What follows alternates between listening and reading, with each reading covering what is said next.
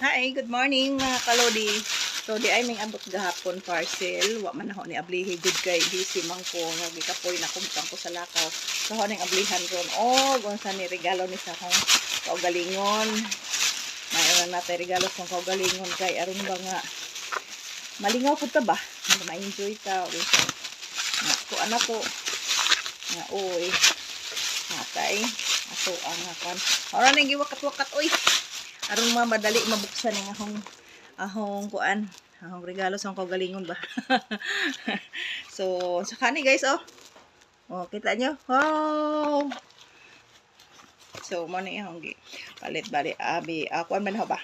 Birthday na ho ba para lamang mga na ako handumanan sang birthday. So, late naman siya dumating. Pero order na to ni siya sang birthday. So, ano kaya to guys? Ano kaya to? So, ito, mag-practice na ko guys.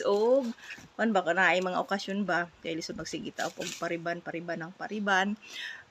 Daot atong buhok. So, may palit ko ani parang na ay mga event or mga okasyon.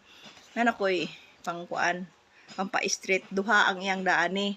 Pa-straight og kanang curl. May curl sidya. 2-in-1 na ni sidya guys.